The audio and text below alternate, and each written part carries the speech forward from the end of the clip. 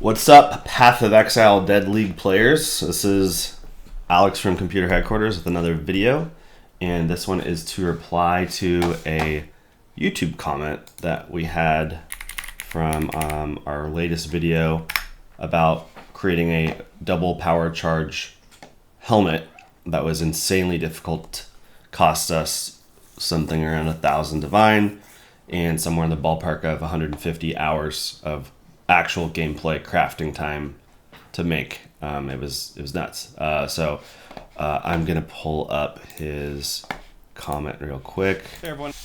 Let's switch you guys over to it. There we go. Okay, so you could also just corrupt Warlord helmets for +1 power charge and then recom the crafted helmet onto that one. Saves you a lot of currency. So, unfortunately, Ulba, that is not necessarily true. Now, could it be true if you're okay with settling with just any old double power charge helmet? Sure. There's probably a world where you just have a quad tab of +1 power charge Lich circlets, and then you just Vaal them until you get 2 power charge, and you're good. That's it. You got the 2 power charges, and that's all you want. But as a reminder, my power charge helmet has the power charge implicit, 50 int, 100% increased energy shield, fire resistance, which I need, the power charge explicit, accuracy, and another energy shield roll. And I have 427 energy shield on this base, which is very high. Can you get higher than 427? Sure. Is there any helmet in this entire game that has both power charges and higher energy shield? Not that I'm aware of. This is literally the highest one I've ever seen, and I've looked. And so is my friend David, aka David Brimbor. The only way to get more really is to really be going after a quality base, like a 27% quality. And that just, I mentioned in my last video, that gets really expensive. Now let's talk about why this could, so I already said that this could save you a lot of money if you only want the 2 items, but if you want the full shebang, whatever you want to call it, I've got some notes. I want to just, they're barely any, it's not a lot of stuff, but so here's the biggest, probably number 1 point that's really important is base scarcity. So if we could just get any Warlord base helmet and then have quad tabs of, you know, Necromancer circlets, and I don't remember all the base names. Let's just say I had all these bases. It didn't need to be just the absolute premier energy shield base, which is Lich's circlet. It could be anything. That would make everything super simple. And if we were playing during when the league was popping off at the beginning of the league, the first month, even the second month, things would be easier. But we happened to embark on this project basically right at the beginning of Dead League. And getting Warlords Lich circlets was not easy. And they were very expensive. I mentioned that in my video. I think our average cost was around 1 divine plus per. And we had to get hundreds of them. And finding hundreds of them, well, maybe we had 100 or maybe 150. I actually don't remember how many it was. But we had to go through a lot. And so here's the thing. To Vaal orb a base and get a +1 power charge, you're looking at, it's something like 95 attempts on average. There's somewhere between 90 and 100. I can't remember exactly, but I'm close. Just trust me on that. You can look it up. But so you have to have like a whole quad tab full. I don't remember how many fit in a quad tab, but let's just say you have to have 90 Lich's circlets. And the problem is getting them. So if we could just get them, even if they were 1 divine, if we could just be like, oh yeah, this guy's got 100. He's got 1,000 of them. Here's 1,000 divine. I mean, I'm not saying we would want to do it that way. 1,000 divine is crazy, but if we could just pay someone and they just had an unlimited supply, this would be his idea of just Vaal orbing them would be a lot more reasonable for what we were doing. But because they were hard to come by, we were literally. I mentioned in my video, like there's 4 ways to get them, buying them or buying a different influence and re-rolling it, or hitting it with the Warlord Exalted Orb. there's all these different ways. We were doing all of them. We were mixing them just to have enough bases to keep the project going. Okay, so that's just one thing, and that one thing alone is enough to answer the question of why we wouldn't do what you said. But there's a couple more things that are worth mentioning. So the second one is that when you recombinate a base, you lose the base percent. There's a word that I'm trying to find, but I'm not finding it. But I'll just explain what I'm trying to say and be like, oh yeah, that thing. So like on this Lich's circular right here, my energy shield base is 133, and the maximum is 134, and the minimum is 117, right? So 133 is one off of perfect, and that's really important when you're trying to get a high number, which we're trying to do. And if you recombinate two bases, you lose the base, and it randomizes it. We actually didn't know that before. We found that today because my note that I'm reading right now was going to say we will be spending so many divines on sacred orbs. If we had hundreds of the bases that we did buy, because it might take like 800 bases, which is like 800 divine, and then you have to sacred orb them all, and you're spending divines on each one to make sure that the base level is high before you recombinate it. But we found out that it actually re-randomizes them, because we put a 130 and a 131 together on the recombinator just today, like literally within the past hour to check this, and it made it a 119. So there's no reason to sacred orb them, which is good. That saves you money, but it means that your outcome is never going to be it's not as likely to get a really good one. On average, you're going to get an average middle ground, which on this is like 124 or something like that, instead of a 133 like what we have here.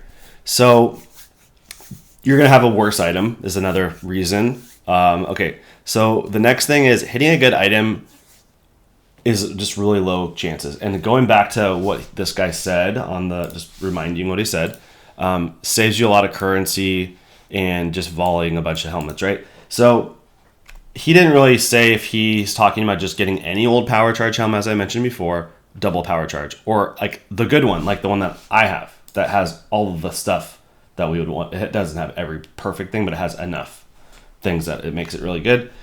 So let's just assume he meant a helmet like this, which would make more sense, right? Otherwise, why did he say that? So getting one like that is so difficult by volleying them, because let's just say, like I already said this before, you have 800 bases. You volled them all. Now you have like 8 examples that have an implicit power charge. You now have those, and you have to recombinate them against other bases that have an explicit power charge to get the double power charge meshed together. And every time you do that, you have 50% chance of losing the power charge on the implicit. And you also have another percent chance of losing the power charge on the explicit. Now, for anyone that's so far thinking like, you don't know what you're talking about, David Brimbor literally he had all these bases left over from our project, and he volled all of them within the past hour because we don't need them anymore in its dead league. And he did get one implicit power charge, and he did take another one and crafted up perfect and threw them together. And I recorded him doing this, so I can insert the clip here. So I will splice that in right now. 8 mods, so there's 6 on this one and 2 on this one. So you're kind of expected to maybe see 3 to 5 would be common, like half being 4, and then maybe like 1 more, 1 less. But you could very easily see 2 or all 6.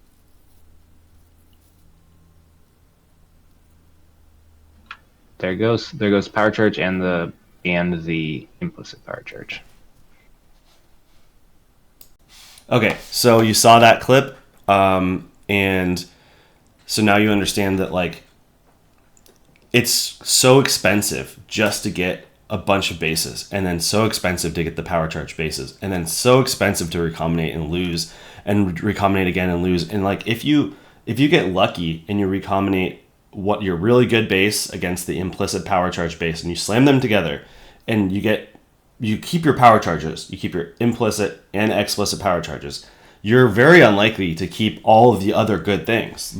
This like you need to have the int, you need to have the energy shield percent, you need to have the flat energy shield, or you don't have anything close to as good as this. And every time you miss one of those things, you can't just add it easily. You need to go recombinate it again, and when you recombinate it again, 50% chance you're going to lose your implicit power charge, and a percent chance you lose the power charge on the base, along with everything else that you just kept. Even if you just were off by one of these imported modifiers, you still have to keep going, and then you have more chances of losing it again.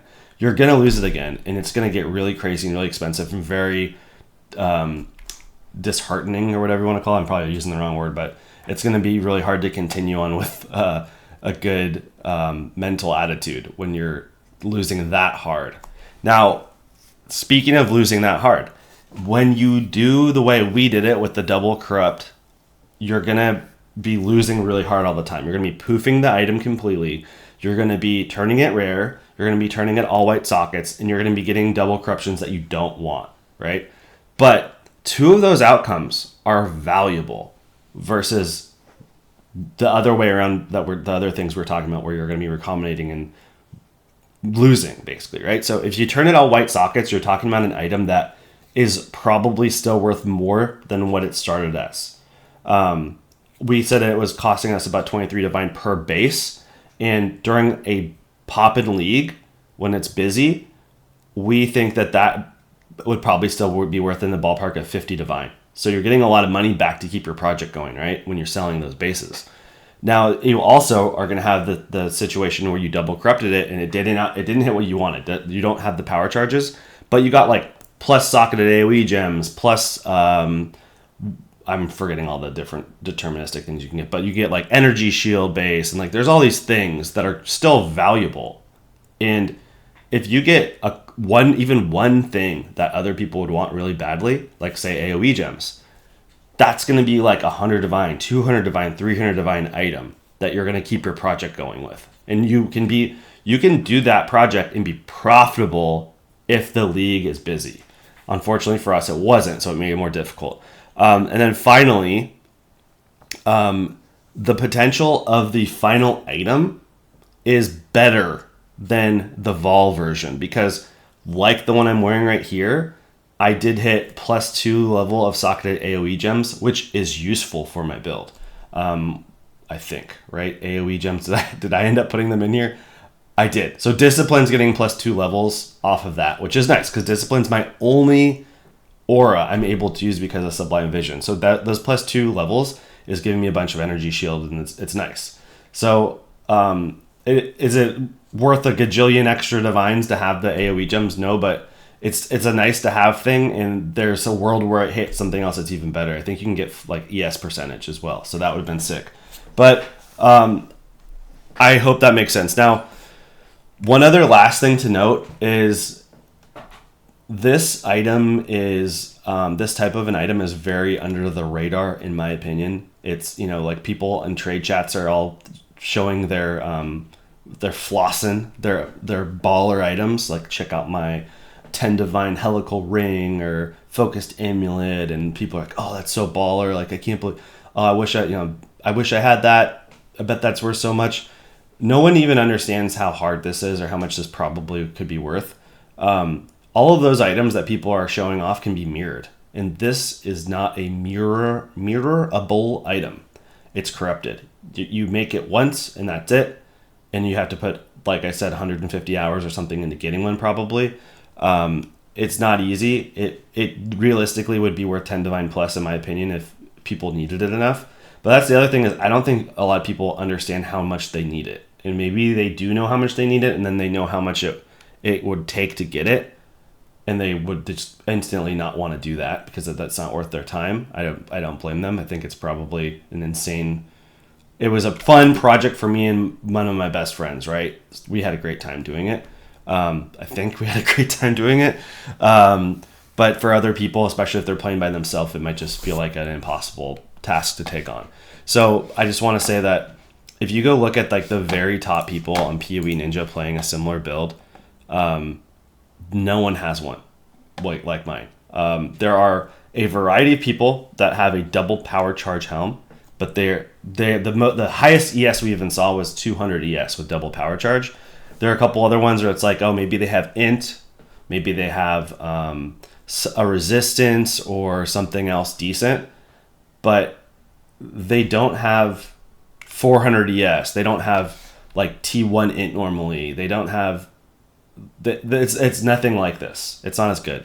So like this guy right here is a lot of the best people that are playing this type of a build are just using a Crown of Eyes with +1 power charges, and this guy's is really good because he also has Lightning Leech as life. But this build's good. This guy's doing 161 million damage, and he's fairly tanky. But if you look at my build, I'm way tankier than him, and I'm actually doing more damage. I'm doing twice as much damage. So I hope that makes sense. I will just leave this as like a last thing to say on the video. It's probably already long for anyone watching this, but this build it's hard to explain how good it is. I've played some really, really strong builds, and this is just so much further ahead of them all.